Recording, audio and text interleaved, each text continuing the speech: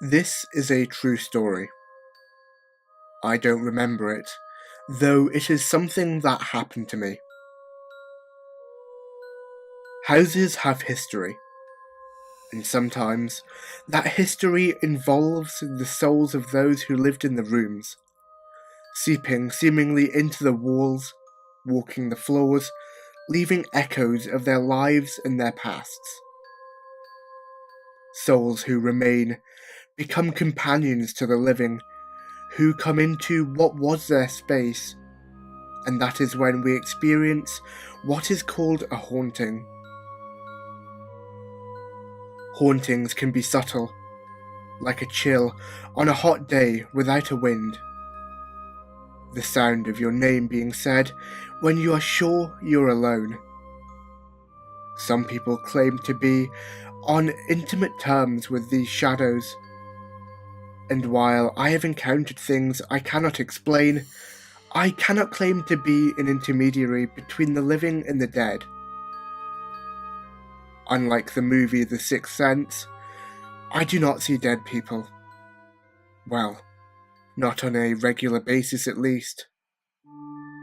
I was 2 years old, almost 3, my sister an infant, and we had just moved into the 2-bedroom duplex house, which they now call a semi-detached house, on Pine Street. When you are young and just starting out, as my parents were, you accept gifts of big-ticket items like furniture to help make your homemaking money stretch a bit further. My dad hired some boys to get the furniture and bring it to the house and put it in the room my parents would be using for their master bedroom. They huffed and puffed, moving the unwieldy furniture to the upstairs room, which until then contained only my parents' box spring and mattress on the floor.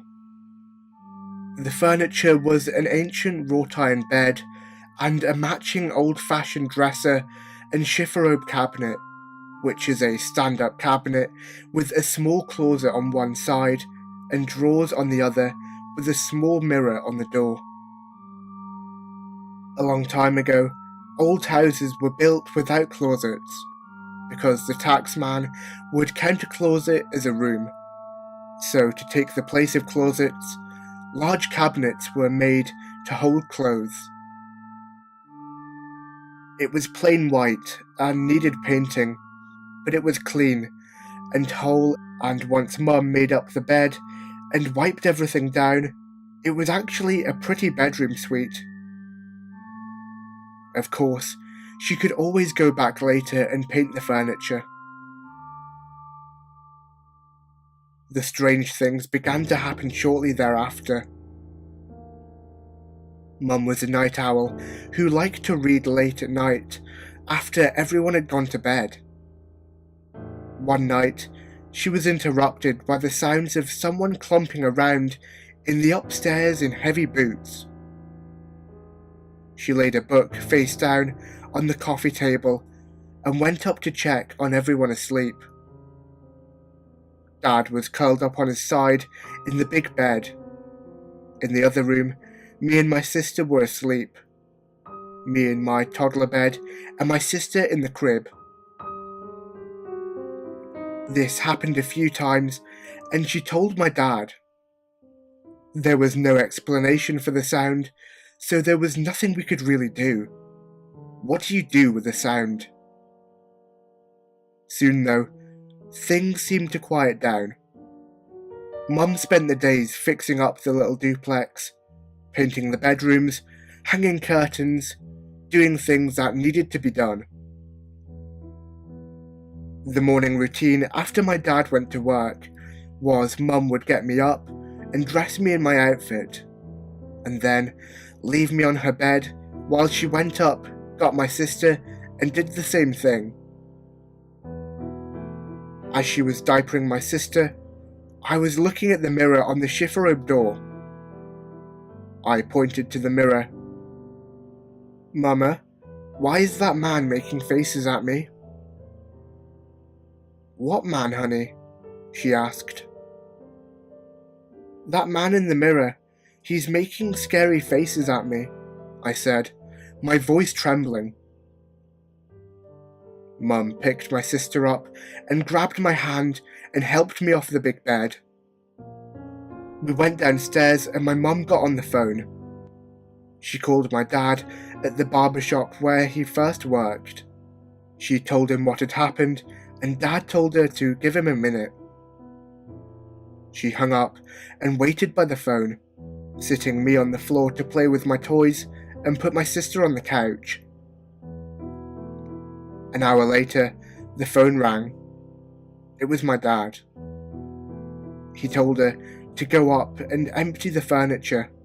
He had some boys coming up to get the furniture. That evening, after we had been put to bed, my dad told my mum a story.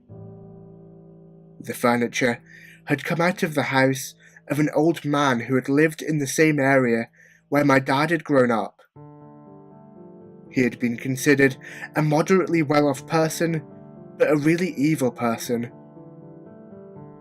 It was well known that he hated children, and had even been known to greet trick-or-treaters with pans of scalding hot water to dump on them.